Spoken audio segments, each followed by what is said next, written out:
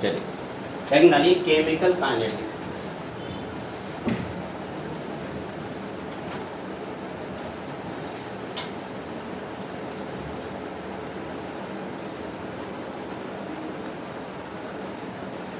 Chemical equilibrium में अभी कुछ पढ़ा नहीं ना? नहीं, अभी शुरू कर रहा हूँ। मैं इंतजार कर रहा था कि कभी ब्रजेश आएगा तो पढ़ाऊंगा। केमिकल इक्विलिब्रियम चैप्टर में आप लोगों को पढ़ाया गया है कि किस तरीके से रिएक्टेंट प्रोडक्ट में कन्वर्ट होता है और प्रोडक्ट रिएक्टेंट में कन्वर्ट होता है, और उन दोनों के एक साथ होने से एक इक्विलिब्रियम क्रिएट होता है। जब रेट ऑफ फॉरवर्ड रिएक्शन और रेट ऑफ बैकवर्ड रिएक्शन बराबर हो जाते हैं तो एक इक्विलिब्रियम आ जाता है। ऐसा हम लोगों ने पढ़ा था, मेरे ख्याल से ऐसा ही पढ़ा था। जब भी कभी किसी केमिकल रिएक्शन की स्टडी करनी होती है तो सबसे पहले ये पता करना होता है क्या ये फिजिबल है या नहीं। उसकी फिजिबिलिटी का पता लगाने के लिए हम लोग थर्मोडायनेमिक्स पढ़ते हैं। थर्मोडायनेमिक्स में एक वर्ड आता है गिब्स फ्री एनर्जी, जिसके बारे में आपने पहले सुन रखा होगा। गिब्स फ्री एनर्जी अगर नेगेटिव होता है यानी कि लेस देन 0 होता है तो आप कहते हैं कि रिएक्शन फिजिबल है, और Gibbs free energy delta G अगर पॉजिटिव आता है तो आप कहते हो रिएक्शन नॉन फिजिबल। फिजिबिलिटी का पता लगाने के लिए आप गिब्स फ्री एनर्जी पढ़ते हो। सवाल ये है कि चलो हमें ये पता चल गया कि रिएक्शन फिजिबल है या नहीं, उसके बाद हमें ये पता लगाना है कि रिएक्शन किस स्पीड से चल रहा है, यानी कि अगर रिएक्टेंट कन्वर्ट हो रहा है प्रोडक्ट में तो कितनी जल्दी कन्वर्ट हो जाएगी, कितना टाइम लगेगा उसको कन्वर्ट होने में।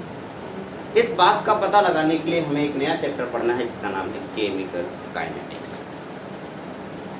केमिकल काइनेटिक्स में हम लोग बस रेट और रेट के बारे में डिस्कशन करने वाले हैं। तो एक वर्ड जो हमने अभी यूज किया है रेट, इसके बारे में पहले जान लेते हैं कि होता है। हेडिंग डालेंगे रेट।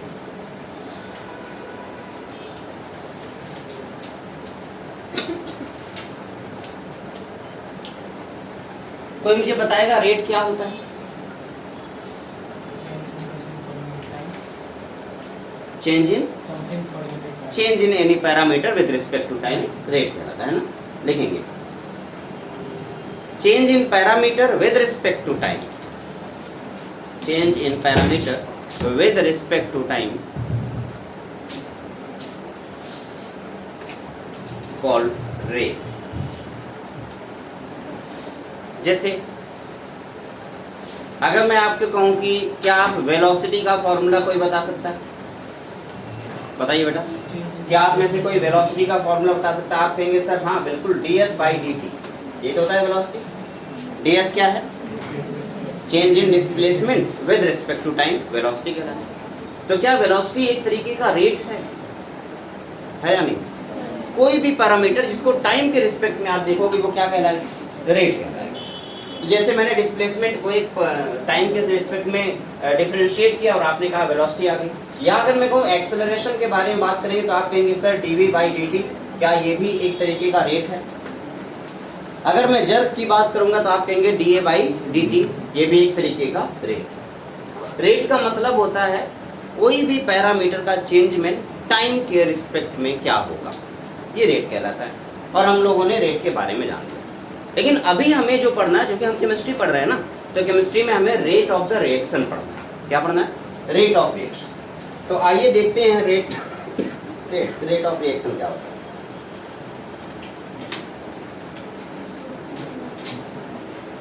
अगर मैं रिएक्शन के बारे में बात करूं तो रिएक्शन में तीन चीजें होती हैं मेनली। सबसे पहला होता है रिएक्टेंट और दूसरा होता है प्रोडक्ट। तो आप सोच रहे हो ये तीसरी कौन सी बला आ गई? रिएक्टेंट और प्रोडक्ट के बीच में एक एरो लगा होता है, ये तीसरी चीज। ये बताता है डायरेक्शन ऑफ द रिएक्शन। जब आप क्लास 10th में थे, केमिकल रिएक्शन एंड इक्वेशन आपको पढ़ाया गया होगा किसी जमाने में, तो आपको तीन चीजें बताई गई होंगी। क्या क्या? Reactant, product and direction of reaction.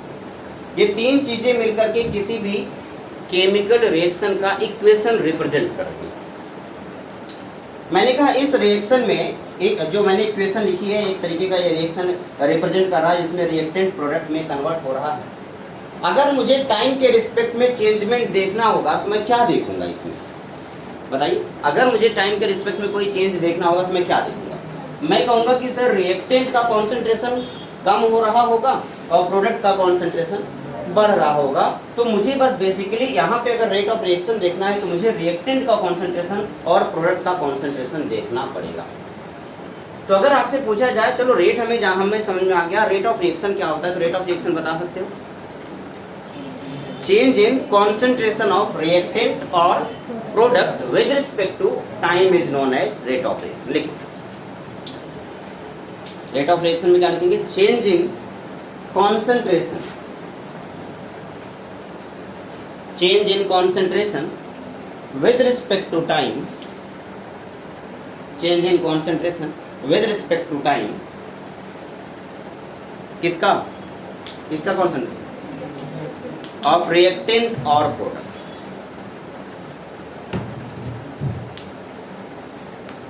Of reactant और प्रोडक्ट।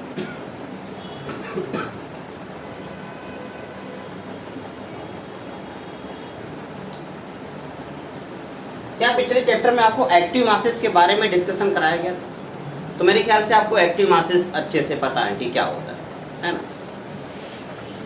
और रिएक्टेंट से प्रोडक्ट का मतलब, मैं एक ग्राफ लिखने की कोशिश कर रहा हूँ, जरा ध्यान से देखना।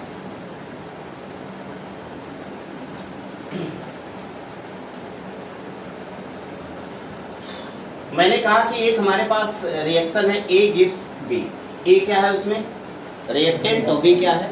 प्रोडक्ट। इस रिएक्शन में A गिव्स B एक रिएक्शन है और A आपका रिएक्टेंट है, B प्रोडक्ट है। मैं कहता हूँ at time t equals to 0, at time t equals to 0, A gives B में at time t equals to 0, इसका कोई कॉन्सेंट्रेशन था, मैंने उसको A नॉट लिख दिया और उस टाइम पे B क्या रहा होगा?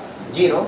कुछ टाइम के बाद आफ्टर टाइम t, मुझे यहाँ इक्विलिब्रियम की बात नहीं करनी है क्योंकि मैं जिस रिएक्शन के बारे में बात कर रहा हूँ वो रिवर्सिबल नहीं है। तो एट टाइम t मैंने कहा कि इसका जो कॉन्सेंट्रेशन बचा है वो A है, जबकि इसका जो बन गया है वो क्या होगा? B। तो मैंने कहा at initial time time t equals to 0 इसका A नॉट कॉन्सेंट्रेशन रहा होगा, यानी कि रिएक्शन यहाँ से कहीं शुरू होगा। और मैंने कहा प्रोडक्ट अभी बिल्कुल भी नहीं बना है, तो मैं यहाँ पे B नॉट लिख देता हूँ। नॉट वर्ड का मतलब क्या है? इनिशियल, ठीक है। तो जैसे जैसे टाइम आगे बढ़ा होगा, आपने कहा होगा रिएक्टेंट कम हो रहा होगा, प्रोडक्ट बढ़ रहा होगा, तो मैंने कहा ठीक है, मैं रिएक्टेंट को कम करता गया, कम करता गया, कम करता गया, कम करता गया, कुछ इस तरीके से मैं कम कर रहा हूँ। ये रिएक्टेंट कम है। अगर रिएक्टेंट कम हुआ है तो क्या प्रोडक्ट बढ़ा होगा? ये सुनो, तो अगर मैं यहीं पे पैरेलल में एक और ग्राफ बना देता हूँ जो A के बजाय B को रिप्रेजेंट करे, सेम रिएक्शन वो भी है A गिव्स B, लेकिन इस बार मैं इनिशियल कॉन्सेंट्रेशन B नॉट को 0 रख रहा हूँ। इनिशियल कॉन्सेंट्रेशन A नॉट कुछ है यहाँ पे, मुझे नहीं पता क्या है, लेकिन मुझे इतना पता है कि जैसे जैसे टाइम आगे बढ़ा होगा, ये क्या है आपका? टाइम।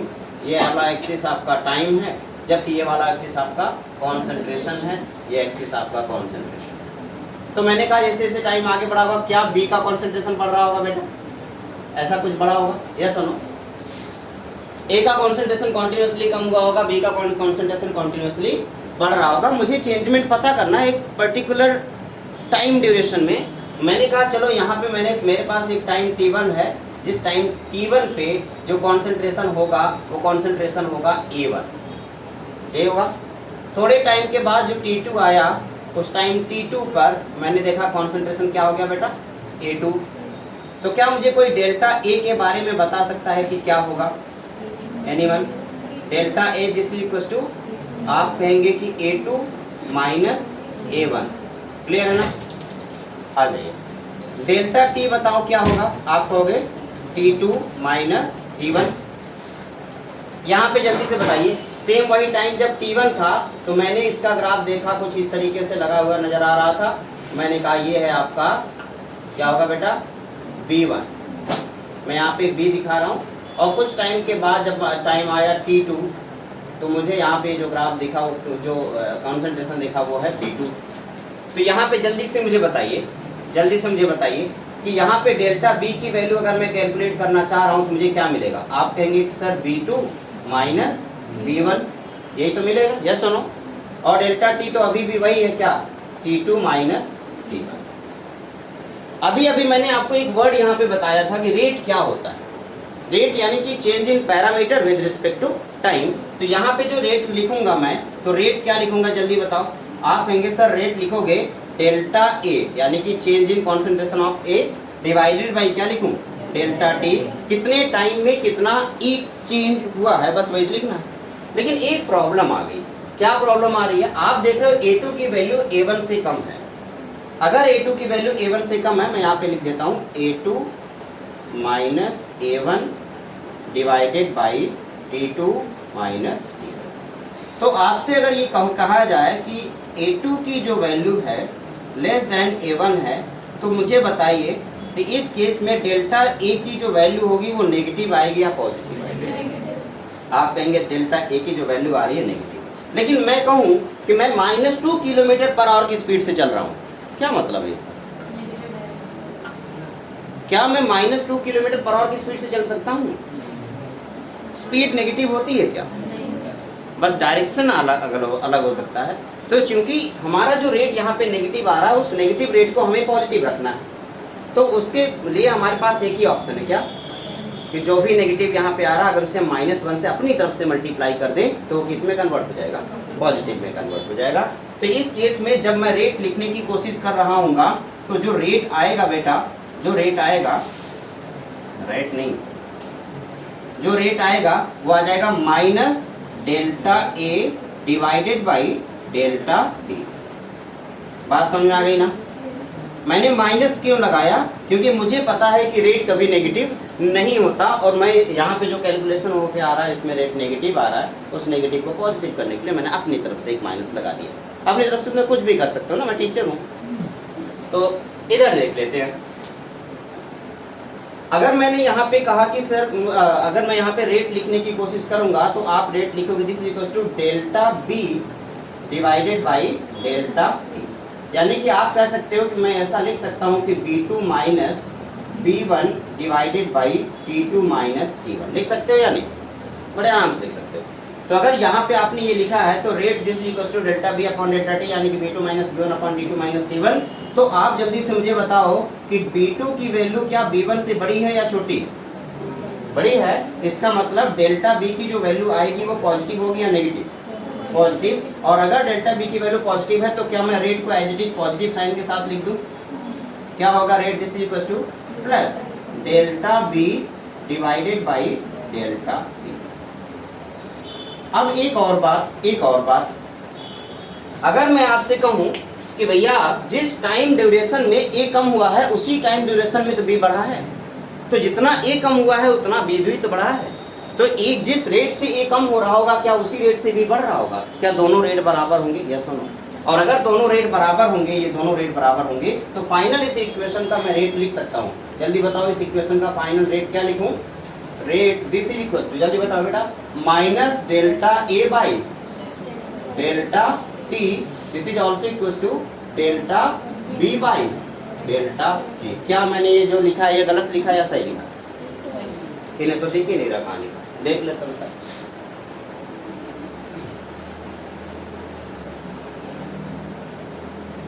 ओके, तो रेट जो हमारा फाइनल रेट आया है, अब दिख रहा? अभी भी नहीं दिख रहा इनको। चलो, अभी जो रेट आया है वो रेट आया है, अब दिखा? हाँ दिख गया। तो ये आया है क्या? सामने लिखा minus delta A by delta T, this is equal to delta B by delta. ये फाइनल आपका रेट का आपने इक्वेशन बना दिया। लेकिन एक प्रॉब्लम क्या है? ये जो रेट आया है उस रेट में हम दो टाइम ड्यूरेशन हमें एक टाइम ड्यूरेशन है। टाइम ड्यूरेशन का मतलब हम दो पर्टिकुलर टाइम के बीच का गैप ले रहे हैं। तो मुझे यहाँ पे जो रेट निकल के आएगा उस रेट को मैं एवरेज रेट ऑफ रिएक्शन बोलूँगा। क्या बोलूँगा? तो ये जो रिएक्शन रेट आप देख पा रहे हो ये एवरेज रेट ऑफ रिएक्शन, ठीक है? तो एवरेज रेट ऑफ रिएक्शन, जल्दी से सुंदर सुंदर अपनी कॉपी में नोट करें, फिर आगे बढ़ेंगे।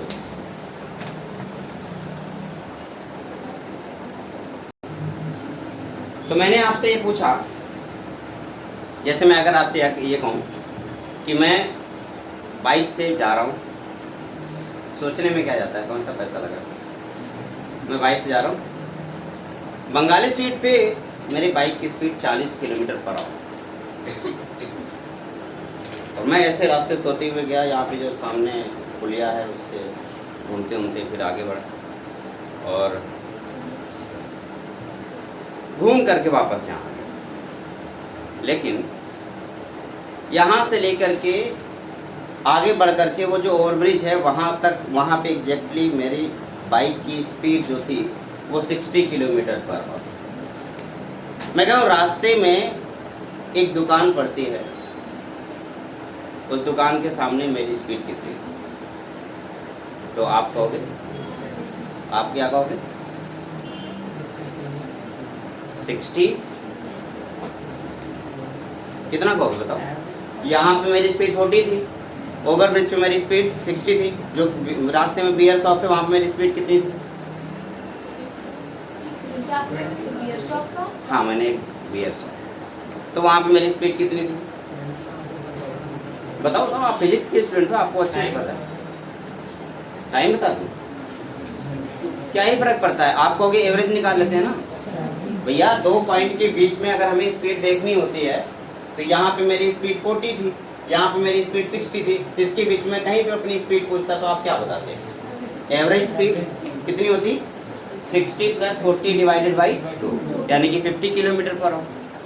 लेकिन क्या पता मैं रुका हूँ, ऐसा भी तो हो सकता है कि मैं रुका हुआ हूँ, लेकिन आपका कैलकुलेशन फिजिक्स तो यही बोलेगा कि मेरी स्पीड 50 थी बट मैं रुका हुआ था। क्यों? क्योंकि आपने दो पर्टिकुलर टाइम के बीच के ड्यूरेशन गैप जो आपको दिखा उसमें आपने स्पीड बताई, उसी स्पीड को आपने क्या बोला? Average speed. बट अगर मैं एग्जैक्टली उस टाइम पे, इस बियर शॉप पे एग्जैक्ट टाइम पे, उसी टाइम पे पूछता और उसी जगह पे पूछता कि मेरी स्पीड कितनी है, तो उस टाइम पे आपको इंस्टेंटेनियस स्पीड पता करनी होगी। तो अगर मैं आपसे पूछता कि भैया मेरा ये जो एवरेज रेट रिएक्शन निकल के आ रहा है वो है -ΔA/ΔT, लेकिन एक रैंडम टाइम t मैं पूछता और उस टाइम पर मैं अपना रेट ऑफ रिएक्शन पूछने की कोशिश करता। एक टाइम t है और उस टाइम पे t पर मैं रेट ऑफ रिएक्शन पूछने की कोशिश करता। उस रेट ऑफ रिएक्शन को आप बताते कैसे? देखो, आप कहते हैं कि सर मैं a को धीरे धीरे कम करता जाऊं, ये टाइम गैप आप धीरे धीरे कम करते जाओगे तो इससे टाइम गैप के कम होने से क्या ये a की वैल्यू कम होती जाएगी? यस और नो? या फिर आप इधर देखो, अगर आप टाइम गैप कम करते जाओगे क्या b की वैल्यू कम होती जाएगी? तो आपने कहा कि सर अभी जो आपने रेट लिखा है, अभी जो आपने रेट लिखा है, rate this is equal to minus ΔA/ΔT, या आपने जो लिखा है ΔB/ΔT, आप बस इस डेल्टा को कम करते जाओ, कम करते जाओ, कम करते जाओ। ये जो डेल्टा है जब ये कम होते होते होते होते अप्रोक्सीमेट 0 के पास पहुंच जाएगा, अप्रोक्सीमेट डेल्टा के 0 के पास पहुंच जाएगा, यानी कि ये दोनों कम होते होते एक पर्टिकुलर टाइम पे यहीं पे आके एग्जैक्ट रुक जाएंगे और दोनों एक ही पॉइंट की बात कर रहे होंगे, तो क्या डेल्टा की वैल्यू 0 होगा? यस और नो? अगर मैं यहाँ पे बात करूँ डेल्टा टी की वैल्यू धीरे धीरे कम करते जाओ, कम करते जाओ, कम करते जाओ, तो इस पर्टिकुलर टाइम टी पर दोनों एक ही हो जाएंगे, और जब दोनों T1 T2 एक हो जाएंगे और वो t की वैल्यू आएगी तो क्या वहाँ पे डेल्टा की वैल्यू 0 हो जाएगी? यस और नो? यानी कि मैं एक लिमिट लगा दूं, मैं अगर आपसे कहूँ कि रेट अगर मैं यहाँ से कहूँ limit time t tends to 0, यहाँ पे limit time t tends to 0, तो उस टाइम पे आप क्या कहोगे? इसका मतलब ΔA/ΔT जो है ये टाइम t टेंस टू 0, यानी कि डेल्टा t की वैल्यू क्या हो रही है? 0 हो रही है, और डेल्टा t की वैल्यू जब 0 हो रही है तो t एक बहुत छोटी वैल्यू में dt एज्यूम कर सकता हूँ, और उस टाइम पे जब बहुत छोटी वैल्यू dt एज्यूम होगा तो जो बहुत छोटी वैल्यू क्या आ जाएगी? dA आ जाएगी, और इसी dA/dt को आपने नाम दे दिया instantaneous rate of the reaction. या अगर मैं यही रेट लिखने की b के लिए कोशिश करूं तो आप क्या कहोगे? Limit delta t tends to 0 delta b divided by delta t, this is equal to dB/dt। तो फाइनली अगर मैं इंस्टेंटेनियस रेट ऑफ रिएक्शन लिखूं तो आप लिखेंगे इसका मतलब सर माइनस dA/dt, या आप कह सकते हो dB/dt। क्या मेरी बात समझ में आ गई? ये आपका इंस्टेंटेनियस रेट ऑफ रिएक्शन। और ये वाला जो रेट ऑफ रिएक्शन है वो कौन सा है बेटा? एवरेज रेट ऑफ रिएक्शन है, यानी कि डेल्टा वर्ड का यूज किया गया है तो समझ लेना एवरेज रेट ऑफ रिएक्शन है, और डी अगर हमने यूज किया है तो समझ लेना इंस्टेंटेनियस रेट ऑफ रिएक्शन। दोनों बातें तो सेम ही होंगी, कुछ ज़्यादा अंतर नहीं आएगा, दोनों बातें सेम होंगी। अच्छा, इंस्टेंटेनियस रेट ऑफ रिएक्शन और एवरेज रेट ऑफ रिएक्शन को हमने ऐसे लिख लिया। एक सवाल जो मेरे मन में अभी कहीं ना कहीं है, जो मुझे परेशान किया हुआ है, मैं चाहता हूँ कि मैं आपको बता दूँ, थोड़ा आप भी परेशान हो जाओगे, मैं अकेले क्यों हूँ ना। इरेज कर दो इस तरफ वाला ही कौन सा।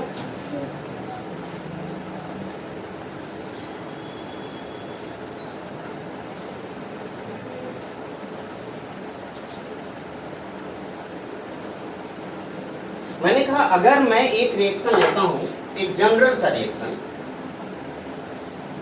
और वो जनरल रिएक्शन है आपका AA plus BB gives CC plus D। क्या यही एक जनरल सा रिएक्शन हर बार मैं लेके चला हूँ? इस बार भी ले रहा हूँ। AA plus BB gives CC और DD एक जनरल रिएक्शन है, और इसके लिए मुझे रेट लिखना है। तो पहले तो ये पता करना है कि एवरेज रेट लिखना चाह रहे हो या इंस्टेंटेनियस रेट। तो मैं अगर रेट एवरेज लिख रहा हूँ तो आप कहेंगे रेट एवरेज लिखते समय आपको बस इतना लिखना हो, पहले तो माइनस लगा दूँ, क्यों? क्योंकि रिएक्टेंट के बारे में बात कर रहा हूँ। तो आप -1/A delta A by delta B, और ये उसी के इक्वल होगा, किसके? -1/B delta B by delta T। This is equal to, अब C के लिए लिखूंगा क्या होगा? 1/C delta C by delta T। This equal to 1/D delta D by delta T। क्या मेरी बात अच्छे से समझ में आ गई? नहीं आई होगी। अच्छा, अगर मैं एवरेज रेट ऑफ रिएक्शन लिखूं, एवरेज लिख दिया, इंस्टेंटेनियस रेट ऑफ रिएक्शन लिखूं तो क्या लिखेंगे बताइए? -1/A DA by DT। This equal to -1/B DB by DT। This is equal to 1/C DC by DT। This equal to 1/D DD by DT। अब आप सोच रहे हो कि सर ये करने का आपका मेन मतलब क्या है, करना क्या चाहते हो, ये तो बता दो। हो सकता है आपके में से किसी के दिमाग में आया हो, लेकिन हिम्मत नहीं हो रही है बात बोलने की, है ना? ऐसा हो सकता है। तो मैं इसको ऐसे समझा देता हूँ, जैसे जरा क्वेश्चन समझने की कोशिश करना। मैं अगर आपसे कहूँ कि मेरे पास एक रिएक्शन है, क्या रिएक्शन है? 2H2 नहीं मजा नहीं आएगा, चलो लिख ही देता हूँ। 2H2 plus O2 gives 2H2। मैंने एक बेसिक सा रिएक्शन ले लिया, बहुत ही छोटा सा रिएक्शन। तो आप जल्दी से मुझे बताओ, जल्दी से ध्यान से, मैं कहूँ कि जब इसका 2 मोल इसके 1 मोल के साथ रिएक्शन करेगा तो इसका कितना मोल बनेगा बेटा? 2 मोल। क्या मोल कॉन्सेप्ट में ये बात आपको बताएगी? इसका 2 मोल, स्टोइकोमेट्रिक कोएफिशिएंट 2 है, इसका 2 मोल इसके 1 मोल के साथ रिएक्शन करके इसका कितना बनाएगा? 2 मोल। अगर ये 2 मोल इसके 1 मोल के साथ रिएक्शन कर रहा तो कंजम्पशन बताओ कौन ज्यादा तेजी से कंज्यूम होगा, H2 या O2? बताओ, O2 ज्यादा तेजी से कंज्यूम होगा। भैया मैंने चलो 10 मोल दोनों के दे दिए, 10 मोल इसके दे दिए, 10 मोल इसके दे दिए, और मैं चाहता हूँ कि आप रिएक्शन बनाओ। इसके 2 मोल, पहला 2 मोल इसके 1 मोल के साथ रिएक्शन कर जाएगा तो इसका कितना बचेगा? 8 मोल, और इसका कितना बचेगा? 9 मोल। अगला 2 मोल फिर से इसका इसके 1 मोल के साथ रिएक्शन कर जाएगा, इसका कितना बचेगा? 6 मोल, और इसका कितना बचेगा? कितना बचेगा इसका? 8 मोल। तो बताइए कौन ज्यादा तेजी से कंज्यूम होगा? लेकिन रेट ऑफ रिएक्शन तो ये बता रहा है ना कि जिस स्पीड से ये चल रहा है उसी स्पीड से ये चलेगा। हमें सारे रेट को एक साथ इक्वल कैसे कर पाऊंगा बताओ? ये कितनी तेजी से, क्या इसका 2 गुना तेजी से कंज्यूम हो रहा है? H2 क्या O2 की 2 गुना तेजी से कंज्यूम हो रहा है? यस और नो? तो अगर मैं आपसे कहूं कि कंजम्पशन ऑफ H2 यानी H2 कितनी तेजी से कंज्यूम हो रहा है, वो बता रहा है dH2 by dt। dH2 by dt क्या बता रहा है कि H2 कितनी तेजी से खत्म हो रहा है, और dO2 बाई dt क्या बता रहा है कि O2 कितनी तेजी से खत्म हो रहा है। फिर से एक बार देखो, इधर देखो, मैंने कहा dH2 बाई dt क्या बता रहा है, जल्दी बताओ। क्या बता रहा है? कितनी तेजी से H2 खत्म हो रहा है। dO2/dt क्या बता रहा है? कितनी तेजी से O2 खत्म हो रहा है। मैं कह रहा हूँ कि जितनी तेजी से ये खत्म हो रहा है उतनी तेजी से ये खत्म तो हो नहीं रहा है, कुछ तो अंतर होगा। आप बताओ इस रिएक्शन को देख के आपको क्या लग रहा है? इस रिएक्शन को देख के आपको क्या लग रहा है कि O2 जितनी तेजी से खत्म हो रहा होगा उसका दोगुना स्पीड से कौन खत्म हो रहा है? यानी कि अगर मैं H2 की स्पीड को आधा कर दूं तो क्या ये O2 की स्पीड के बराबर हो जाएगा? Yes no? क्लियर है? क्या हमने यही तो कर दिया? 1/2 this is equals to 1/1 dO2/dt। Yes no? अच्छा इधर देखो, इधर क्या जितनी तेजी से O2 खत्म हो रहा है उसका दोगुना तेजी से H2O बन रहा है। देखो इसका 1 मोल इसके 2 मोल को बना रहा है। तो अगर मैं इसके फॉर्मेशन को dH2O/dt, क्या ये बता रहा है कि H2O कितनी तेजी से बन रहा है? dH2O/dt क्या बता रहा है कि H2O कितनी तेजी से बन रहा है? मैं ये जानना चाहता हूँ कि H2O कितनी तेजी से बन रहा है, तो मुझे ये पता है कि इसका 1 मोल इसके 2 मोल को बना रहा है। तो अगर इन दोनों की स्पीड को मुझे बराबर करना है तो मुझे क्या करना पड़ेगा? मुझे इसकी स्पीड, चूंकि ये जितना तेजी से खत्म हो रहा है उसके दोगुना से ये बन रहा है, तो अगर मैं इसका हाफ कर दूं क्या ये वापस dO2/dt के इक्वल हो जाएगा? यस और नो? तो क्या मैंने ऊपर जो लिखा है ये वही है? देखो 1/a stoichiometric coefficient 1/2 dH2/dt this is equals to 1/1 dO2/dt this is equals to 1/2 dH2O/dt। क्या क्लियर ये बात समझ आ गई? बस एक ही अंतर है क्या कि अभी मुझे कहाँ माइनस लगाना है? रिएक्टेंट में माइनस लगाना। क्या this is the rate of the reaction? तो आपने इस रिएक्शन के लिए रेट बड़े आराम से, बहुत ही प्यार से, मुस्कुराते हुए लिख दिया। मुस्कुराना तो बहुत ज़्यादा जरूरी है और इसीलिए मैं चाहता हूं कि एक और क्वेश्चन आप मुस्कुराते हुए बता दो। 3H2 प्लस, मैं ऐसे लिखूंगा N2 प्लस 3, लेकिन एक मिनट, ये क्वेश्चन लिखने से पहले मैं ये बता दूं कि ये है क्या। dH2/dt बताओ क्या है बेटा? Rate of consumption.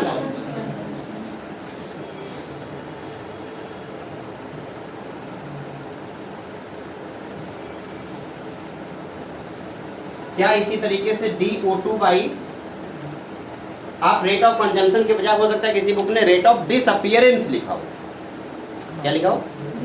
तो ऐसा हो सकता है कि ये लिखा हो, तो आप लोग कंफ्यूज ना होना बुक की लैंग्वेज से। This is also known as rate of disappearance. अच्छा अगर मैं यहाँ पे dO2/dt लिखता तो बताओ क्या होता? क्या ये भी रेट ऑफ कंजम्पशन या रेट ऑफ डिसअपीयरेंस?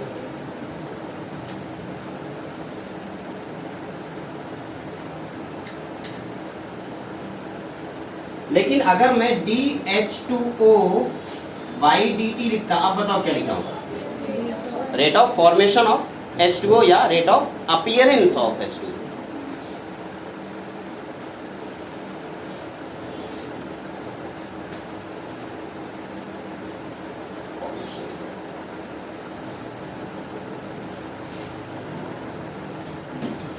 लेकिन देखो ध्यान देना, ऐसा नहीं है कि पूरे रिएक्शन में हर एक रिएक्टेंट की स्पीड सेम होगी, लेकिन रिएक्शन की स्पीड तो सेम होगी। रिएक्शन की स्पीड पूरे रिएक्शन में सेम होगी, लेकिन हर एक रिएक्टेंट की या प्रोडक्ट की स्पीड सेम हो ये जरूरी नहीं है।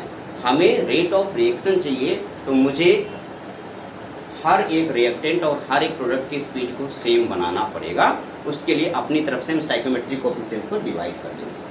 क्या मेरी बात समझ आ गई? रेट ऑफ अपीयरेंस और rate of disappearance individual reactant और प्रोडक्ट की स्पीड बता रहा है, लेकिन अगर हमें ओवरऑल रिएक्शन की स्पीड चाहिए, आज की आपकी सीट पर, अगर मुझे ओवरऑल रिएक्शन की स्पीड पता करना है तो मुझे रिएक्टेंट और प्रोडक्ट के अपीयरेंस और डिसअपीयरेंस को उसी हिसाब से मॉडिफाई करना पड़ेगा।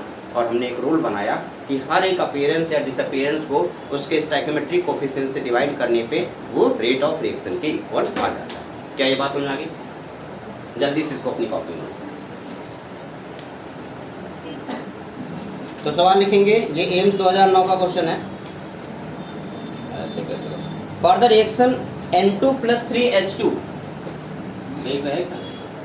ओहो Haber process, for the reaction N2 + 3H2 gives 2 moles of ammonia. N2 + 3H2 gives 2 moles of ammonia मेरे ख्याल से ये तो आपको पहले से पता था, बताना क्या था पता नहीं क्यों। मैं पेपर बनाता बताता नहीं, हैबर प्रोसेस लिख देता बस। देखेंगे if rate of appearance of ammonia is, if rate of appearance of ammonia is 2 into 10 to the power minus 4, if rate of appearance of ammonia is 2 into 10 to the power minus 4,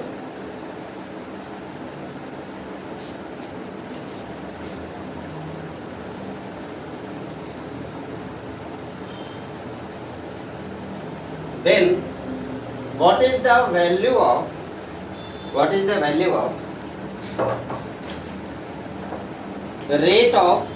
rate of disappearance of hydrogen? पहला option, what is the value of rate of disappearance of hydrogen? पहला option 1 into 10 to the power minus 4 मोल पर litre पर second. दूसरा option है 3 into 10 to the power minus 4 मोल पर litre पर second. C option है 4 into 10 to the power minus 4 मोल पर litre पर सेकेंड। एंड डी ऑप्शन है 6 into 10 to the power minus 4 मोल पर लीटर पर सेकेंड। बताइए कौन सा ऑप्शन होगा? नहीं, थोड़ा टाइम ले लो यार, थोड़ा टाइम ले लो, इतनी जल्दी नहीं, बेइज्जती मत कराओ मेरी, थोड़ा सा टाइम लो, बोला टाइम लो। अच्छा सॉल्व हो गया, कौन सा ऑप्शन है? B part. अच्छा बताइए जल्दी से, हैबर प्रोसेस जिन लोगों का नहीं हुआ वो लोग देखेंगे। हैबर प्रोसेस ये था N2 plus 3H2 gives 2NH3, क्या यही हैबर प्रोसेस था बेटा?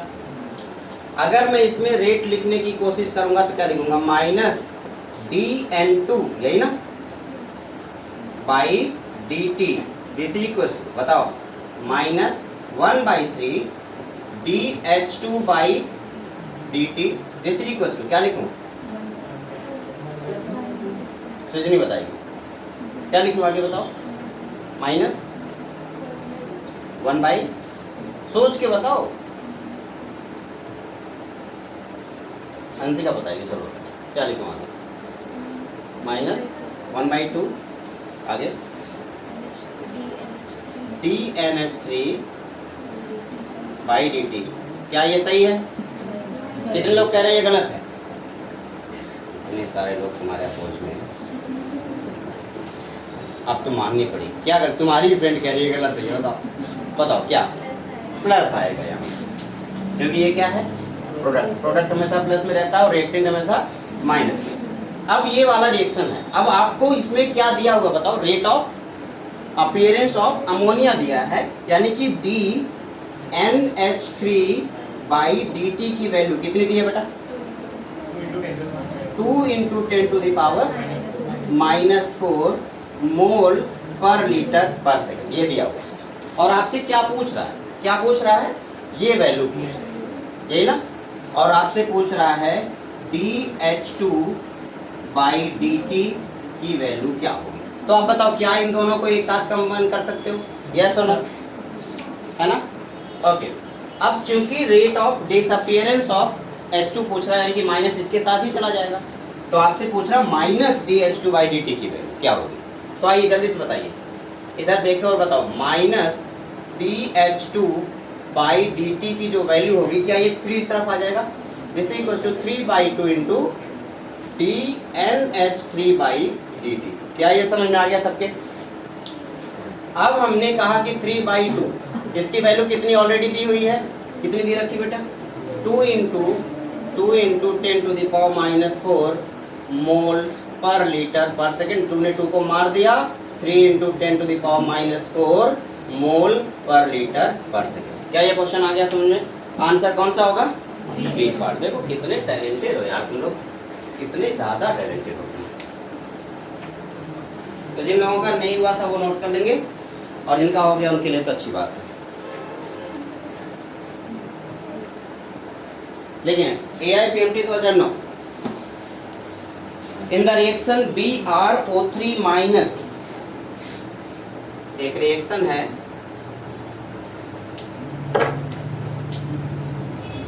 एक रिएक्शन है BrO3 माइनस, जो कि एक्वस यहाँ पे लिखा हुआ प्लस 5Br माइनस, फिर से एक्वस लिखा हुआ है प्लस 6H प्लस, ये आपके रिएक्टेंट प्रोडक्ट में कन्वर्ट हो रहा है।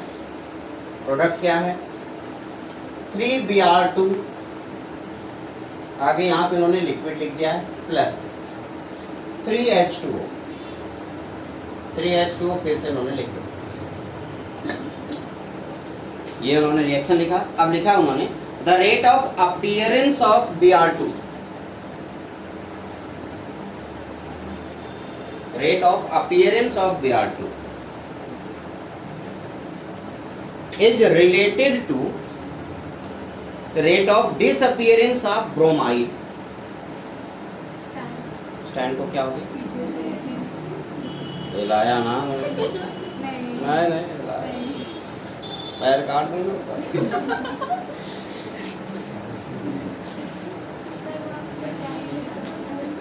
लेकिन rate of appearance of Br2 is related to rate of disappearance of bromide ion। 4 option दे रहा हूँ। पहला ऑप्शन, जो टैलेंटेड बच्चे हैं वो ऑप्शन देखेंगे ही नहीं, पहले अपने कॉपी में आंसर निकाल लेंगे, फिर ऑप्शन देख के टिक कराएंगे कि कौन सा वाला ऑप्शन है। और जो लोग ऐसे हैं वो ऑप्शन देख के उसके बाद कॉपी में लिखना शुरू करेंगे। तो अभी पता चलेगा कितने लोग यहाँ पर आप लोग टैलेंटेड हो। Br2 divided by dt, this is equals to 3/5 dBr minus 5। दूसरा option dBr2 by dt, this is equals to minus 3/5 dBr minus 5 dt। C option या तीसरा ऑप्शन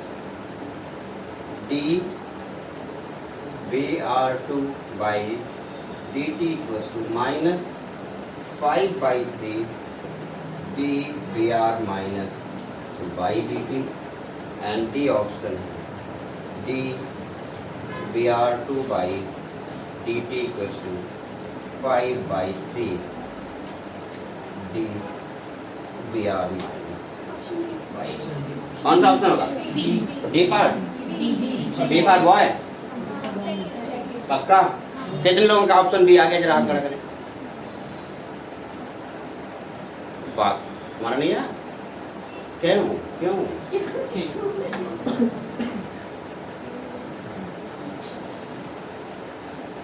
क्यों नहीं आया?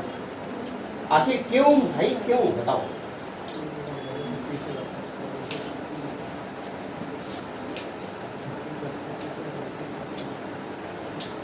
बताओ बेटा क्यों नहीं आया?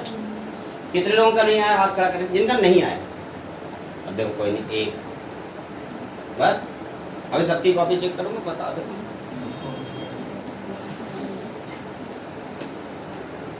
अब देखते हैं, जिन लोगों का नहीं आया उनको बता दूं कि अगर मुझे ये रिलेशन, वैसे तो बी ऑप्शन सही है, पहले तो माइनस और प्लस देख लेना है। माइनस और प्लस देखना है, इधर क्या होगा माइनस, इधर क्या है प्लस। तो हमें जो रिलेशन बनाना है वो एक प्रोडक्ट है और एक रिएक्टेंट है, तो माइनस तो आएगा क्योंकि एक प्रोडक्ट है और एक रिएक्टेंट है, एक बढ़ रहा होगा तो दूसरा घट रहा होगा, यही ना। चलो तो माइनस आएगा, तो यानी कि या तो ये ऑप्शन हो सकता है या तो ये ऑप्शन हो सकता है, इन दोनों में से एक ऑप्शन सी होगा। अब इधर क्या है 5Br2 जो कि 1/5 में कन्वर्ट हो जाएगा, इसमें हो जाएगा 1/5। ये क्या है 3Br2 तो 1/3 में, यहाँ पे 1/5, यहाँ पे 1/3, तो नीचे वाला जो 3 इधर मल्टीप्लाई होगा क्या आ जाएगा 3/5 आंसर। ओके, कितना आसान था ना? बहुत सही, कितने टैलेंटेड हो गया तुम लोग। अब आगे बढ़ते हैं, हमारा ये टॉपिक खत्म हुआ।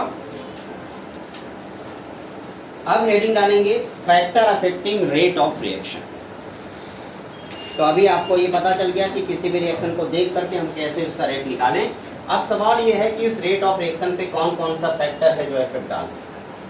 Factor affecting on rate of reaction.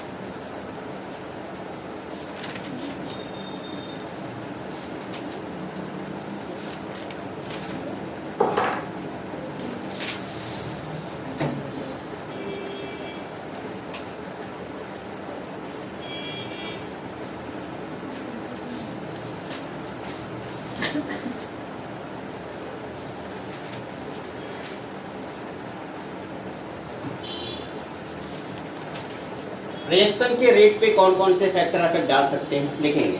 सबसे पहला तो नेचर ऑफ रिएक्टेंट, रिएक्टेंट का नेचर कैसा है।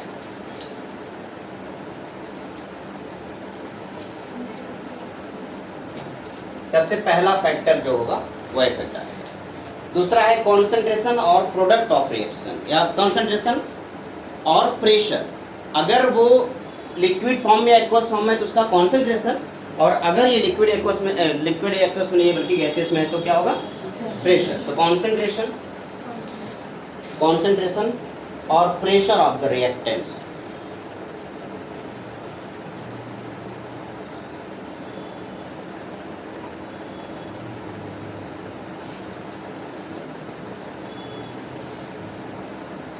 ये दूसरा।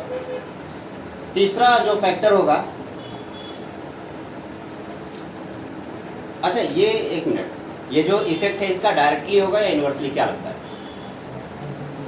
हाँ, कॉन्सेंट्रेशन या प्रेशर के डायरेक्टली होगा या इनवर्सली? लिख लेंगे आगे, directly proportional.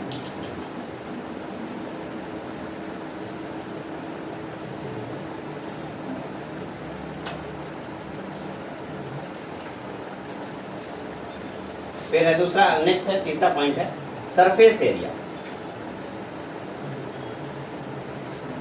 Of reactant. Surface area of reactant का सरफेस एरिया जितना ज़्यादा होगा उतना ही ज़्यादा रिएक्शन का स्पीड होगा, यानी कि डायरेक्टली प्रोपोर्शनल ये भी है। और नेक्स्ट होगा टेम्परेचर। और मेरे ख्याल से टेम्परेचर के बारे में तो आप ऑलरेडी जानते ही, बताओ डायरेक्टली या inversely? Directly proportional. Fifth point catalyst. ओहो, कैटलिस्ट के बारे में तो बताइए, कैटलिस्ट का काम ही क्या है? रेट ऑफ रिएक्शन को बढ़ाना। तो नेचर ऑफ रिएक्टेंट, रिएक्टेंट का नेचर कैसा है, क्या वो रिएक्टिव है या नहीं। दूसरा है आपका कॉन्सेंट्रेशन और pressure of the reactant directly proportional होगा। नेक्स्ट है सरफेस एरिया, जितना ज़्यादा सरफेस एरिया होगा कोलिजन के चांसेस उतने ज़्यादा होंगे, रिएक्शन का रेट उतना ज़्यादा होगा, डायरेक्टली प्रोपोर्शनल होगा। जितना ज़्यादा टेम्परेचर होगा उतना ही ज़्यादा रेट ऑफ रिएक्शन होगा, डायरेक्टली प्रोपोर्शनल होगा। कैटलिस्ट दो तरीके का होता है, पॉजिटिव और नेगेटिव। अगर पॉजिटिव कैटलिस्ट डाला तो रेट ऑफ रिएक्शन बढ़ जाएगा, और नेगेटिव कैटलिस्ट डाला तो रेट ऑफ रिएक्शन कम हो जाएगा।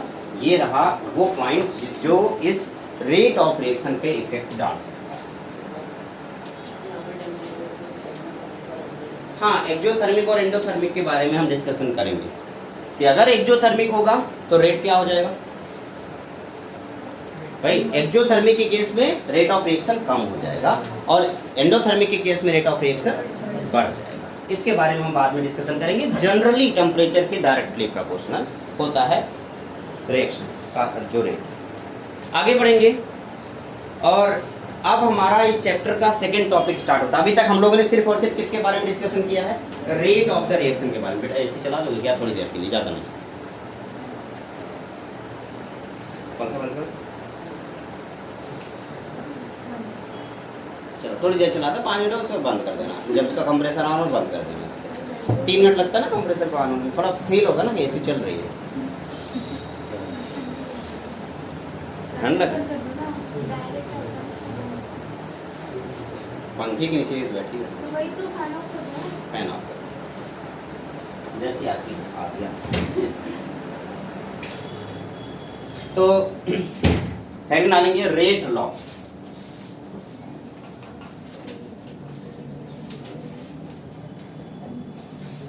हमारा नेक्स्ट टॉपिक है रेट लॉ। अच्छा, पिछली बार क्या आपने लॉ ऑफ मास एक्शन पढ़ा था? पिछले चैप्टर में आपने क्या पढ़ा था? Law of mass action.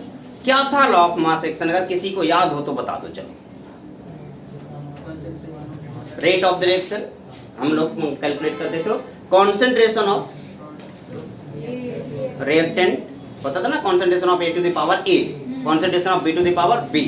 ये फॉरवर्ड रिएक्शन का रेट होता था। बैकवर्ड रिएक्शन का रेट क्या होता था? Concentration of C to the power C, concentration of D to the power D।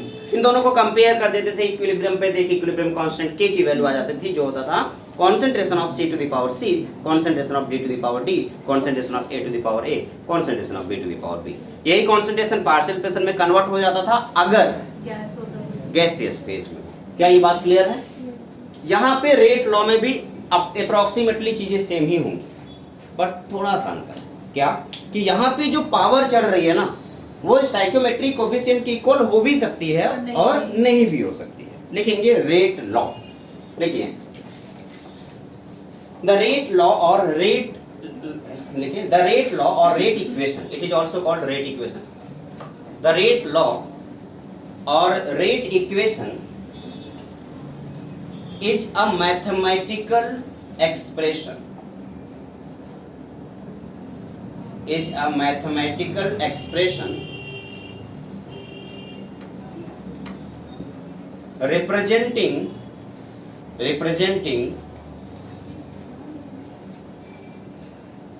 the experimental rate of reaction, representing the experimental rate of reaction in term of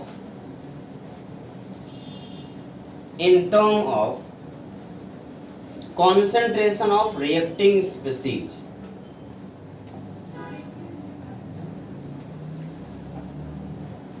concentration of reacting species,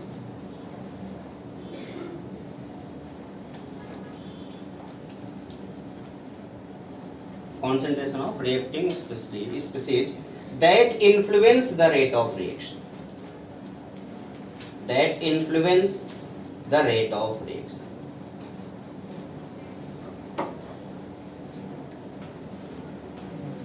जैसे अगर मेरे पास एक reaction है AA plus BB gives CC plus DD। पिछली बार हम लोगों ने law of mass action पढ़ा था, तो मैंने पढ़ा था rate of forward reaction is equal to A to the power A and B to the power B। इस बार according to rate law, rate of the reaction this equals to K A to the power X and B to the power Y। ये है आपका rate law या rate equation बोलते हैं इसे।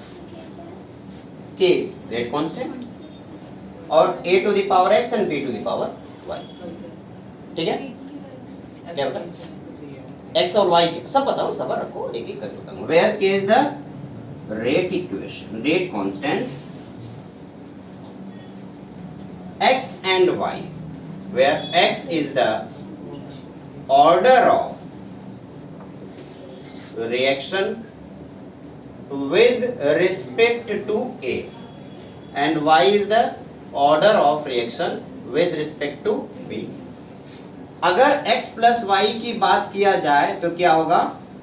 Overall order of the reaction.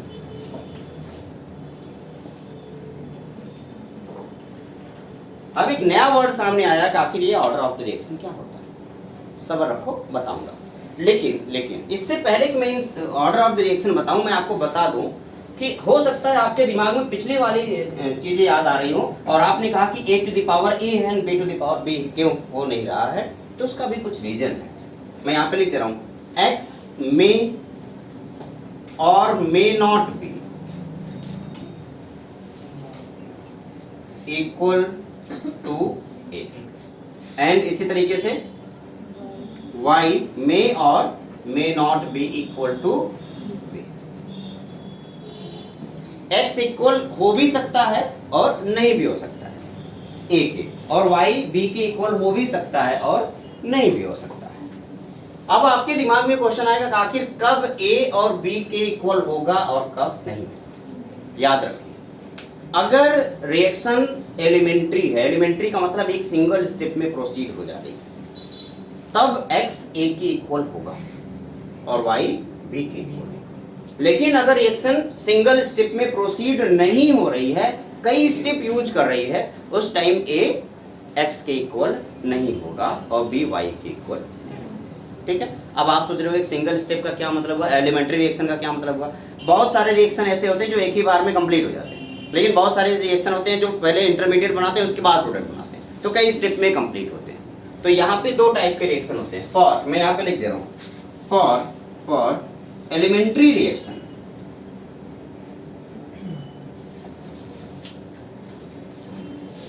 A equals to X and B equals to Y, and for complex reaction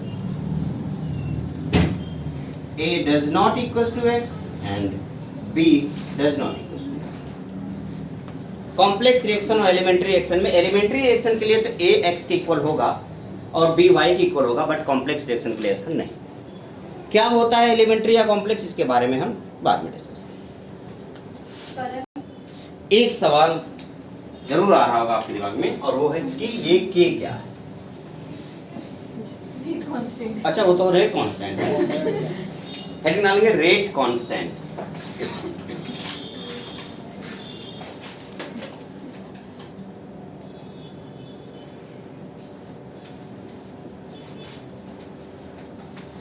अगर मैं इसकी कॉन्सेंट्रेशन को 1 कर दूं और इसकी भी कॉन्सेंट्रेशन को 1 कर दूं, यानी कि एक्स की मास ऑफ ए की 1 कर दूं, एक्स की मास ऑफ बी भी 1 कर दूं, तो 1 की पावर कुछ भी हो, ऑर्डर कुछ भी हो, 1 ही आएगा। If concentration of A equals to 1 and concentration of B equals to 1, तो जल्दी से मुझे बताओ रेट की वैल्यू क्या आ जाएगी। यही ना, यही तो है कि इतना कैसे लिखें। Rate constant defined as the rate of reaction, rate constant defined as the rate of reaction when the concentration of all substances, rate constant defined as the rate of reaction when concentration of all substances, concentration of all substances appearing in rate law expression, appearing in rate law expression are unity. Unity का मतलब क्या हुआ? अगर मैंने concentration of ए को 1 कर दिया, concentration of B को भी 1 कर दिया, तो इससे आपको पता चल जाएगा कि रेट कांस्टेंट के क्या है। क्या मुझे कोई रेट की यूनिट बता सकता है? चलो यूनिट के बारे में डिस्कस करते हैं। सबसे पहले रेट, जल्दी से मुझे बताओ रेट क्या है। आप कहेंगे कि सर रेट तो बहुत ही आसान है, delta A by delta T, यही तो होता था, या फिर मैं डेल्टा पॉजिटिव लगा दूं, delta B by delta T, ये होता था कि नहीं। अच्छा, किसी भी डेल्टा बी का मतलब क्या है? कॉन्सेंट्रेशन का चेंजमेंट। कॉन्सेंट्रेशन की यूनिट क्या होती है, जल्दी बताओ। मोल पर लीटर कॉन्सेंट्रेशन की यूनिट होती है। अच्छा, टाइम की यूनिट क्या होती है? पर सेकेंड। तो जल्दी से मुझे बताओ रेट की यूनिट क्या होगी? आप कहेंगे मोल पर लीटर पर सेकेंड। क्लियर है?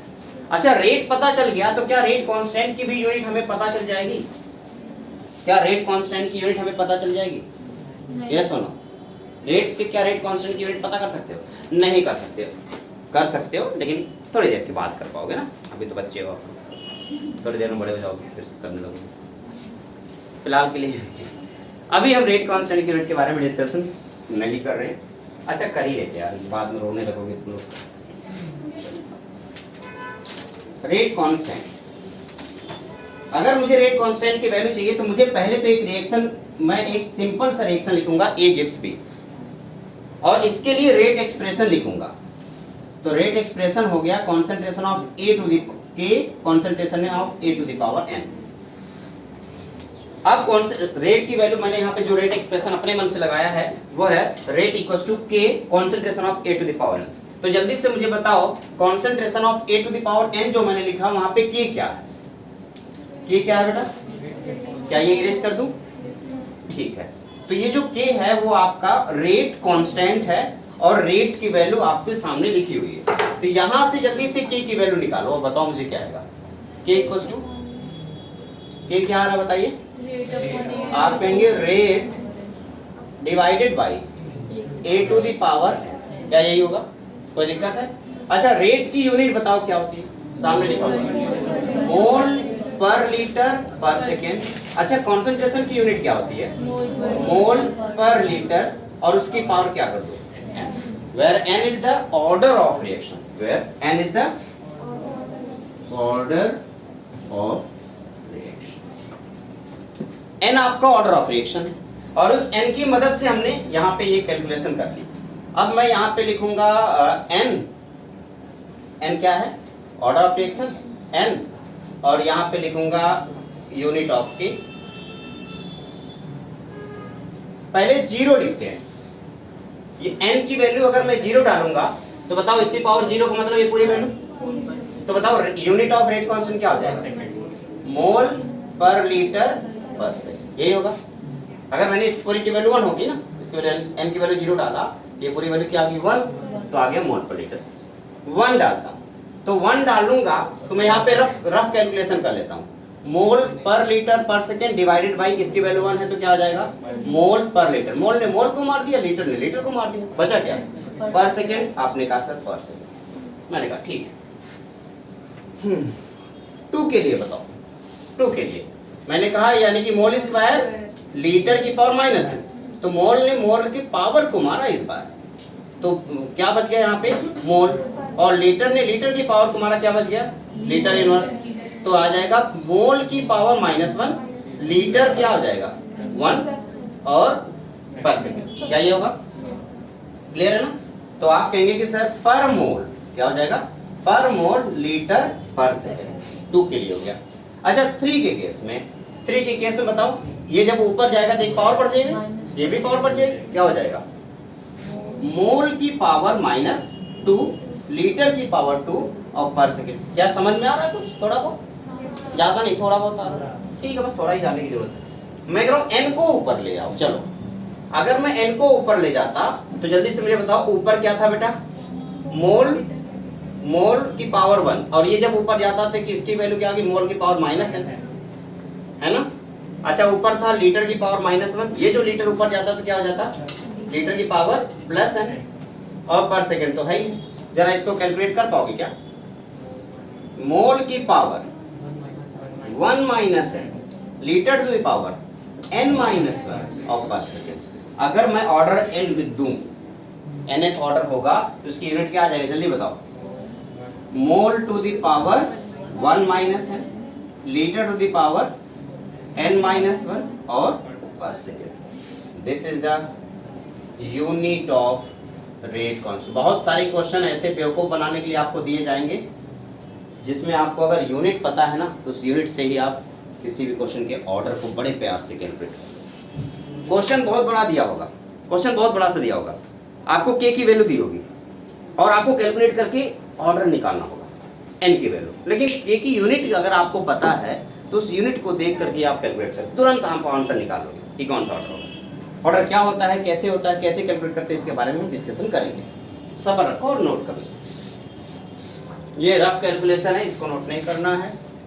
फाइनली आपको जो नोट करना है वो ये रहा।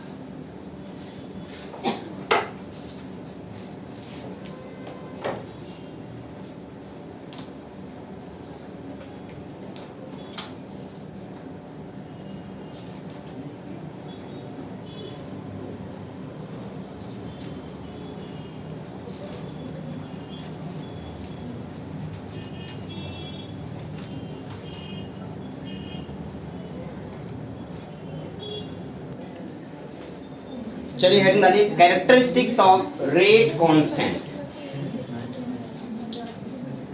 Characteristics of rate constant.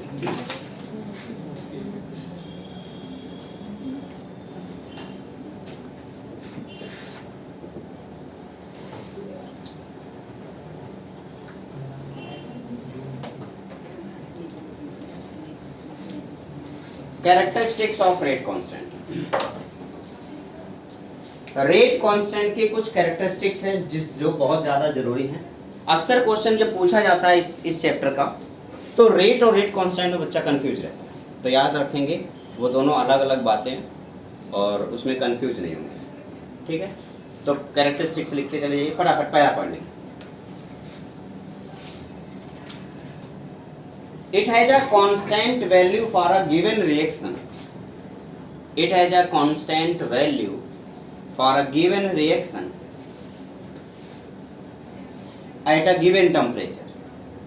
किसी रिएक्शन के लिए एक पर्टिकुलर टेम्परेचर पर इसकी वैल्यू हमेशा कांस्टेंट रहेगी। रेट कांस्टेंट की वैल्यू तब तक नहीं बदलेगी जब तक कि आप टेम्परेचर नहीं बदलते, वे या तो दूसरा जब तक आप रिएक्शन नहीं बदलते। तो एक रिएक्शन के लिए यानी कि हैबर प्रोसेस के लिए एक 20 मान लीजिए हैबर प्रोसेस आपने 27 डिग्री सेल्सियस पे कराया, तो उसकी कोई एक रेट कांस्टेंट की वैल्यू आई, तो आप जितना मन करे कॉन्सेंट्रेशन चेंज करो, जितना मन करे बाकी चीज़ें चेंज करो, अगर आपने टेम्परेचर को कांस्टेंट रखा है तो रेट कांस्टेंट की वैल्यू कभी बदलेगी नहीं, वो हमेशा same. Next point, it's value increases with increase in temperature. अगर आपने टेम्परेचर को इंक्रीज कर दिया तो रेट कांस्टेंट की वैल्यू अपने आप इंक्रीज हो जाएगी। It's value increases with increase in temperature. आगे चल के मैंने इसका एक एक्सप्रेशन पढ़ाऊंगा आगे, ठीक है, लेकिन फिलहाल के लिए मैं बस पॉइंट लिख लूँगा। It's value increases with increase in temperature. Next point, याद रखें इनिशियल वैल्यू कोई भी हो उस पर रेट कांस्टेंट डिपेंड नहीं करेगा। Next point, it's value does not depend upon, it's value does not depend upon initial concentration. It's value does not depends upon initial concentration. Rate constant की value जितनी ज्यादा होगी समझ लेना रिएक्शन उतना ही fast चल रहा है। पिछले वाले भी बार हमने यही बात बताई थी, लेकिन next point, faster rate reaction have higher value of rate constant. Faster reaction has higher value of rate constant.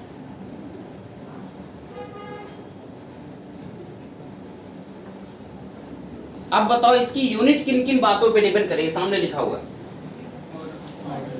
एक तो ऑर्डर पे डिपेंड करे, दूसरे टाइम की यूनिट पे डिपेंड नहीं करे, पर सेकेंड हो सकता है, पर मिनट हो सकता है, और कॉन्सेंट्रेशन पे डिपेंड करे। कॉन्सेंट्रेशन की यूनिट देखेंगे, its unit depends upon unit of time,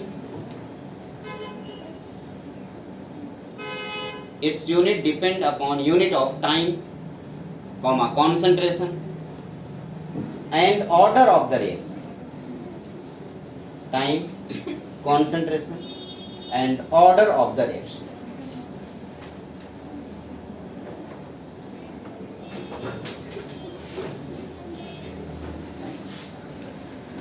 ठीक है, अब वो आखिर वो समय आ गया जब आप बेसब्री से जिसका आप इंतजार करें, ऑर्डर ऑफ रिएक्शन। हेड नाली का ऑर्डर ऑफ रिएक्शन। कैरेक्टरिस्टिक्स पढ़ने के बाद हम पढ़ने वाले हैं order of reaction. Rate law expression लिखने के बाद, अगर आपने रेट लॉ एक्सप्रेशन लिख दिया तो रेट लॉ एक्सप्रेशन लिखने के बाद उसमें जो कॉन्सेंट्रेशन है रिएक्टेंट का, उसकी जो पावर है उन सारे पावर को आपस में ऐड कर दो। ऐड करने के बाद जो वैल्यू आएगी वही उसका ऑर्डर ऑफ द रिएक्शन कहलाएगा। लेकिन याद रखें, ऑर्डर ऑफ रिएक्शन ऐसे नहीं कर सकते हो आप कोई भी वैल्यू उठा करके रख दो। ये तब जाकर के आएगा जब आपको रेट एक्सप्रेशन पता हो। जो अभी थोड़ी देर पहले रेट लॉ लिखवाया था, जब तक रेट लॉ नहीं पता होगा तब तक आप किसी भी रिएक्शन का ऑर्डर नहीं बता सकते। अब रेट लॉ तो एक्सपेरिमेंटल डेटा है, तो अगर रेट लॉ एक्सपेरिमेंटल डेटा है तो इसका मतलब ये हुआ कि ऑर्डर भी आप एक्सपेरिमेंट से ही पता कर सकते हो। नॉर्मली थ्योरेटिकली ऑर्डर पता करना पड़ना थोड़ा सा मुश्किल होता है। हेड डालेंगे ऑर्डर ऑफ रिएक्शन और लिखेंगे इसमें, order of chemical reaction is the sum of, the order of chemical reaction is the sum of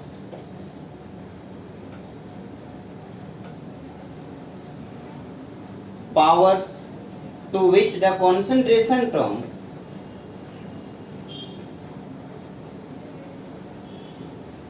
power to which the concentration term are raised for, concentration term are raised for expressing rate law.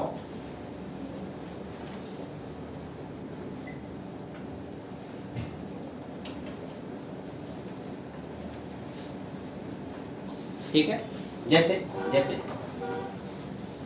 जैसे अगर मैंने आपसे ऐसे लिखवाया कि मान लो एक reaction है AA plus BB gives CC plus DD, तो क्या इसका रेट लॉ हम लोगों ने लिखा था? क्या लिखा था बताइए? कि A to the power X and B to the power Y। इसमें मैं X की वैल्यू अगर बताऊं तो X क्या था बताओ? X क्या था?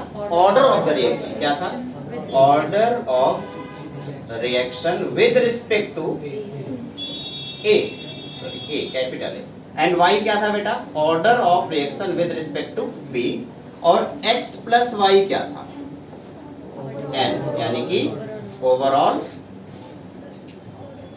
Order of reaction. क्या मेरी बात समझ आ गई? तो ऑर्डर ऑफ रिएक्शन क्या है? Order of reaction rate expression में यूज हुए सभी रिएक्टिंग स्पीशीज के कॉन्सेंट्रेशन की जो पावर है उसका सम।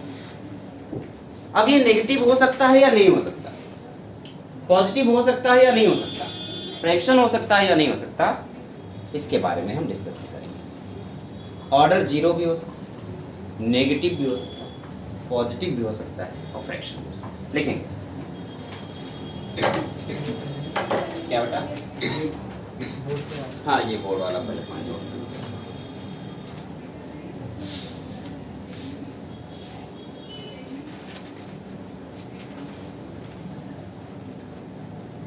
मेरे ख्याल से मैंने ये भी लिखवाया था कि ये जो x की वैल्यू है मे और may not be equal to जैसे x एंड y मे और may not be equal to a and b respectively.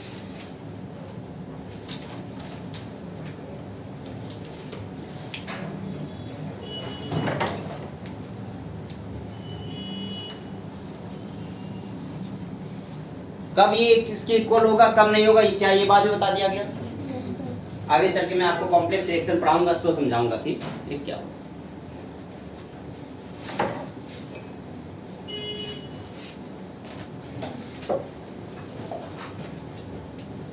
Point लिखें।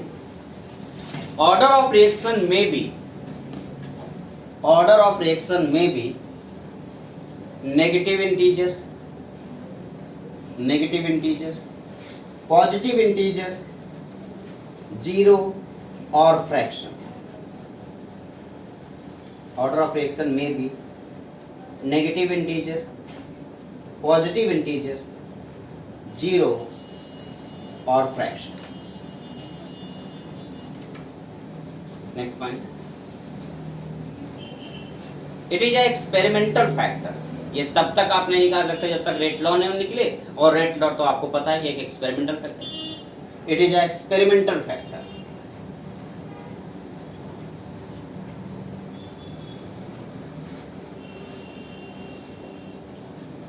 Next point, it may be taken from balance equation, it may be taken from balance equation of reaction. लेकिन कब? जब ये elementary, if it is elementary reaction, it can be taken from balanced equation of the reaction if it is elementary। elementary का मतलब bracket में लिख देना single step reaction, bracket में लिख लेना single step reaction.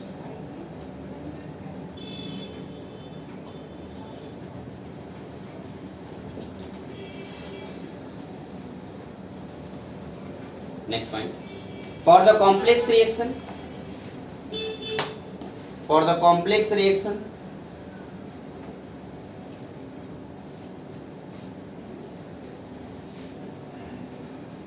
slowest step of mechanism, for the complex reaction, slowest step of mechanism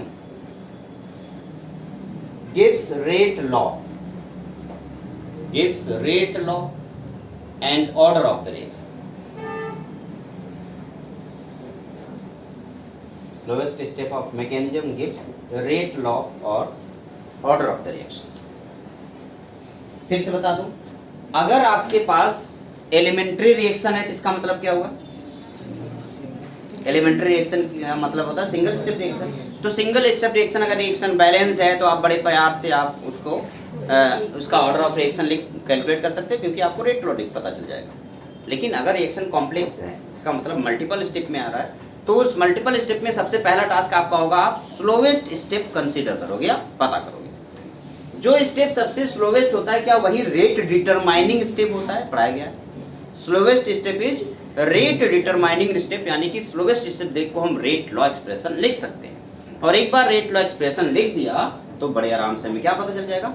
order of the reaction पता चल जाएगा। क्या मेरी बात समझ? कोई दिक्कत परेशानी तो नहीं? ठीक है। इंटीग्रेटेड रेट इक्वेशन हेडिंग डालेंगे और आज का टॉपिक हम इसी में इसे लिख करके या पढ़ करके खत्म करेंगे। इंटीग्रेटेड रेट इक्वेशन अब कैसे पता चलेगा कि इसमें इसका रिएक्शन है? वो लिखा रहेगा question.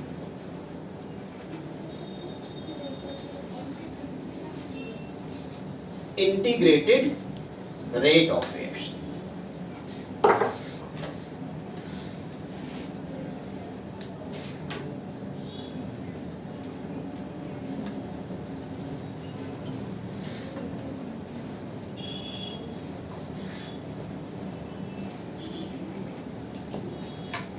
Integrated rate of reaction. Integrated rate of reaction को समझने की कोशिश करेंगे। अच्छा, जल्दी से मुझे बताइए, मैंने एक रिएक्शन लिया A गिव्स B। इस A गिव्स B के लिए मैं अगर रेट लिखने की कोशिश करूं तो आप क्या लिखेंगे? रेट इक्वल टू बताओ। पहले तो माइनस dA बाई dt लिख सकते हो, या माइनस dA बाई dt, ऐसा लिख सकते हो।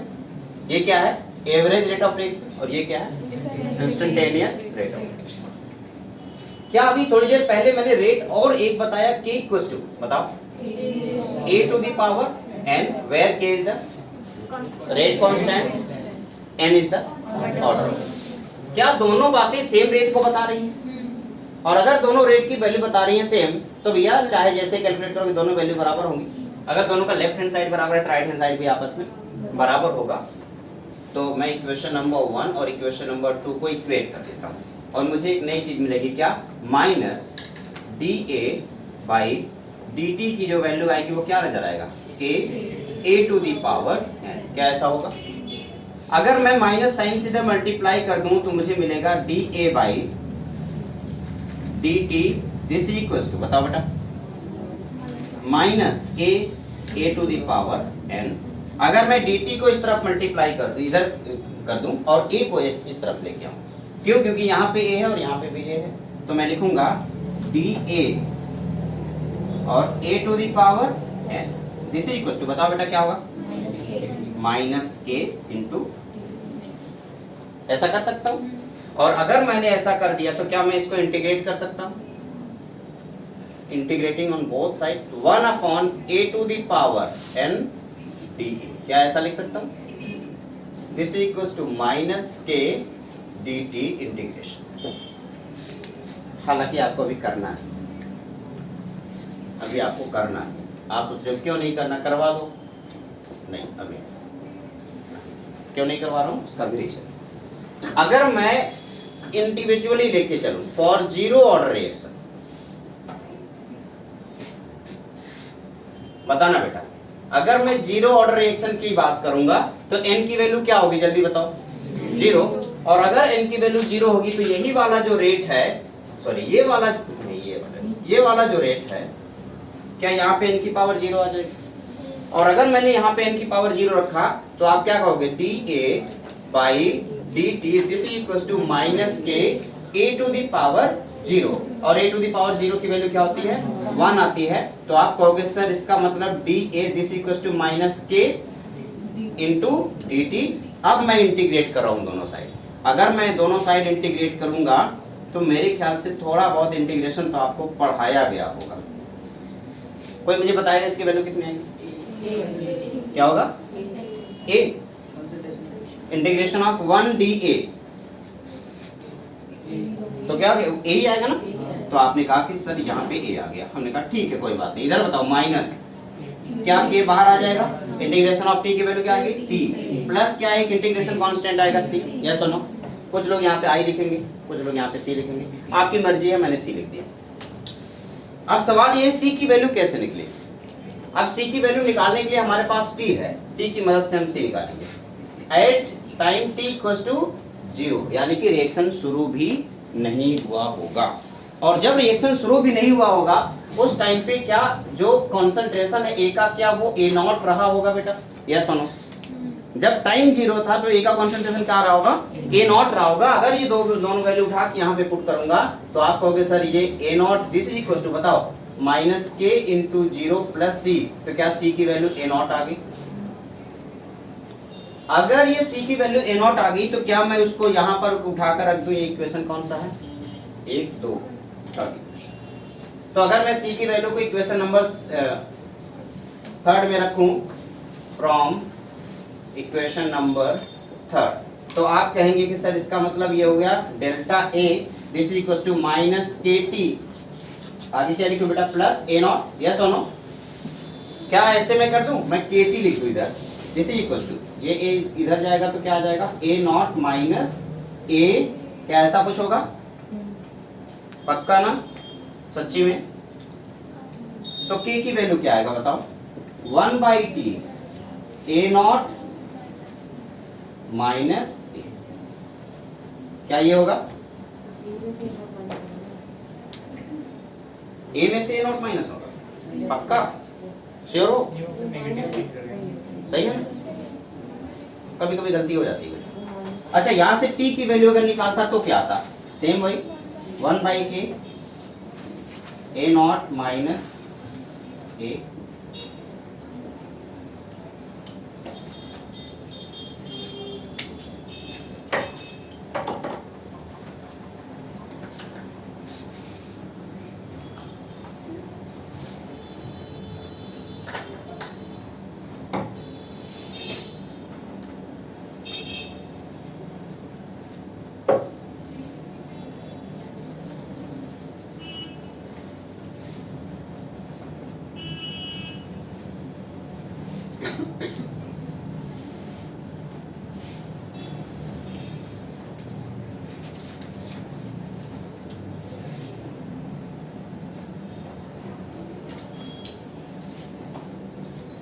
एक इक्वेशन में यहाँ पे ये बना देता हूँ, ये इक्वेशन नंबर 4 है। आप सोच रहे हो इससे बार बार इतने सारे इक्वेशन क्यों बना रहे हो।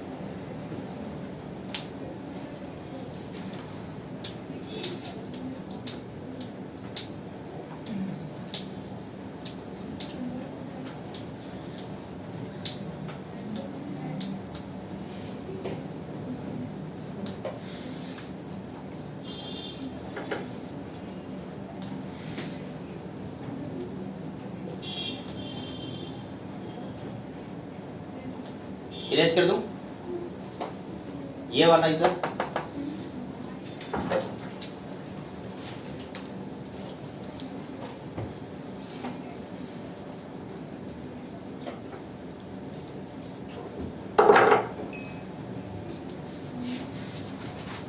देखो ये मैंने पहले नोट कर रहे हो ना, कर लिया ठीक है। इधर देखो मैंने ये कंडीशन रखा है टाइम t इक्वल्स टू 0, लेकिन अगर टाइम t इक्वल्स टू 0 रखने के बजाय time t equals to t half रखता, at time t equals to t half, t half का मतलब हाफ लाइफ। हाफ लाइफ का मतलब क्या होता है, हाफ लाइफ का मतलब होता है एक ऐसा टाइम जिस पर कोई अपनी आधी जिंदगी बिता चुका हो।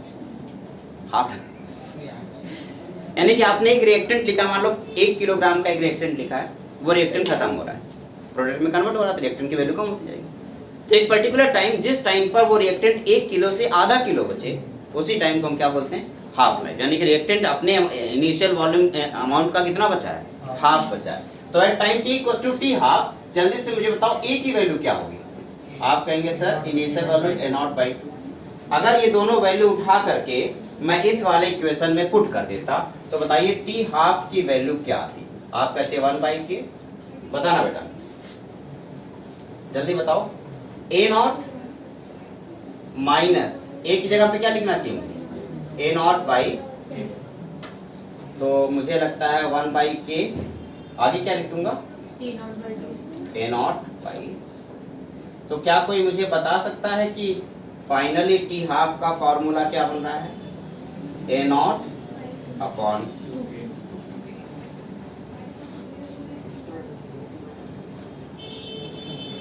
या आप के की वैल्यू फर्स्ट ऑर्डर के लिए लिख सकते हो, ए नॉट अपॉन 2 टी। सॉरी, ये जीरो ऑर्डर रिएक्शन के लिए चल रहा है ना सब।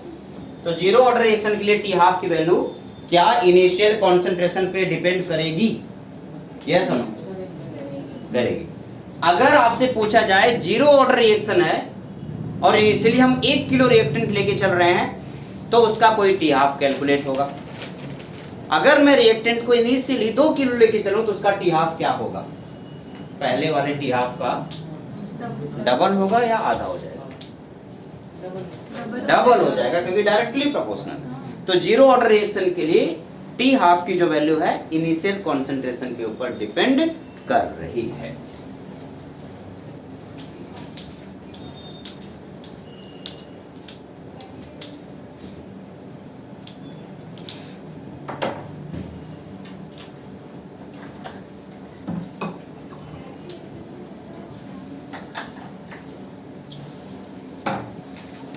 हो गया? नोट कर लिया?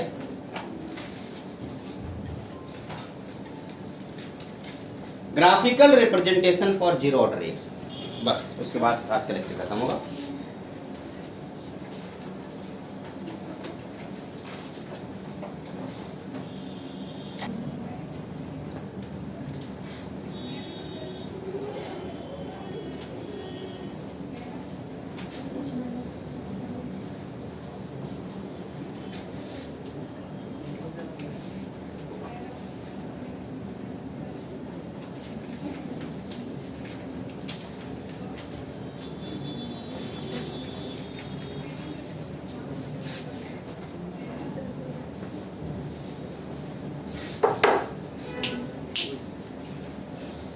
ग्राफिकल रिप्रेजेंटेशन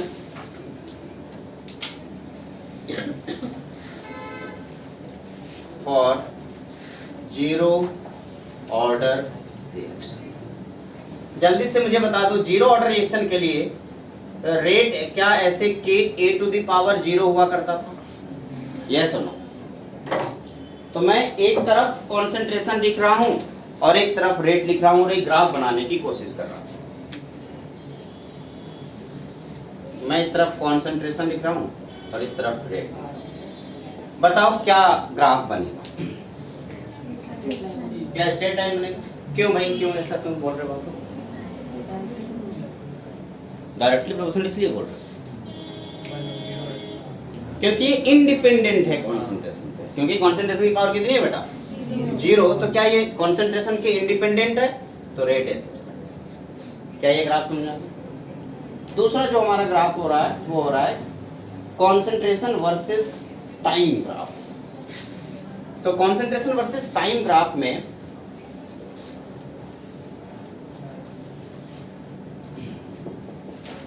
मैंने क्या भाई टाइम वाला कोई ग्राफ कोई फॉर्मूला लिखा है? Time T equals to half life वाला नहीं, टी हाफ नहीं, टी वाले में नहीं, ऐसा कुछ भी नहीं किया। चलो कोई बात नहीं, मैंने ऐसा कुछ लिखा है ए इक्वल्स टू ए नॉट, है ना, minus K T plus A not, ऐसा कुछ लिखवाया है क्या? ये है। अच्छा, इस वाले का ग्राफ बनाते हैं, बताना। ये अगर y equals to minus M X plus C वाला ग्राफ बन रहा है तो y एक्सिस पे मैंने लिख दिया a, x एक्सिस पे क्या लिख दिया मैंने? t, time. तो बताइए क्या ये एक स्ट्रेट लाइन का ग्राफ है? यस और नो? और अगर ये एक स्ट्रेट लाइन का ग्राफ है तो डाउनवर्ड स्लोप में या अपवर्ड स्लोप में? डाउनवर्ड। कहाँ से शुरू होगा? ए नॉट से, और ये डाउनवर्ड डायरेक्शन में जाएगा। क्या यहाँ से लेके यहाँ तक की वैल्यू ए नॉट हो गई? इसका स्लोप कोई बताएगा? माइनस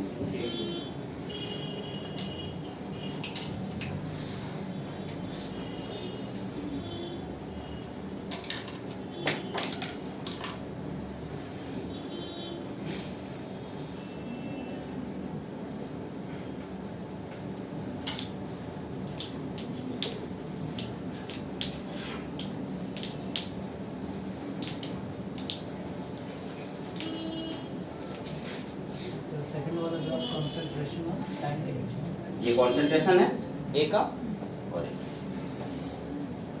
अच्छा, ये जो सेम ग्राफ कंजम्पशन के लिए बनाता, टाइम और एक कंजम्पशन, कंज्यूम्ड, अगर कितना कितना ए कंज्यूम, तो क्या स्टार्टिंग में कंजम्पशन 0 रहा होगा और जैसे जैसे टाइम बढ़ रहा है वैसे वैसे कंज्यूम हो रहा होगा? क्या ये ऐसे जाएगा? यही तो होगा, यही होगा नहीं? जैसे जैसे टाइम बढ़ता जाएगा कंज्यूम होता चला जाएगा और ऐसे ऐसे बढ़ता जाएगा। इसका स्लोप जो आएगा वो कांस्टेंट के की। कैसे पता चला कंजम्पशन? आपने कहा था कि रेट की जो वैल्यू आई है, यानी कि जो भी रेट आपने निकाला था माइनस DA बाई DT, ये तो था। T क्या बता रहा है? कंजम्पशन, ये तो बता रहा है, ठीक। और ये किसके इक्वल था? K A to the power 0, इसी के ऊपर था, यानी कि DA बाई DT की वैल्यू किसकी इक्वल?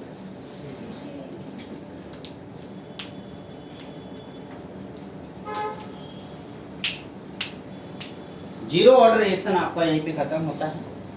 कल की क्लास में हम लोग पढ़ेंगे फर्स्ट ऑर्डर। मैं उम्मीद करूंगा कि आप लोग फर्स्ट ऑर्डर रिएक्शन घर से करके लाओगे, ठीक है? क्या क्या करोगे जो भी हमने जीरो ऑर्डर रिएक्शन में किया। सबसे पहले आप जीरो ऑर्डर रिएक्शन में आपने क्या किया बताओ? आपने के की वैल्यू या टी की वैल्यू कैलकुलेट की, रेट कांस्टेंट के की वैल्यू कैलकुलेट की या टी के साथ उसका रिलेशन देखा। दूसरी बात, आपने टी हाफ की वैल्यू कैलकुलेट की। ये दो काम आपको करके लाने, और तीसरा ग्राफ बनाना। ये तीन काम आपको घर से करके लाने फर्स्ट ऑर्डर यानी की वैल्यू 1 के लिए, ठीक है? आज का लेक्चर यहीं पे खत्म करेंगे।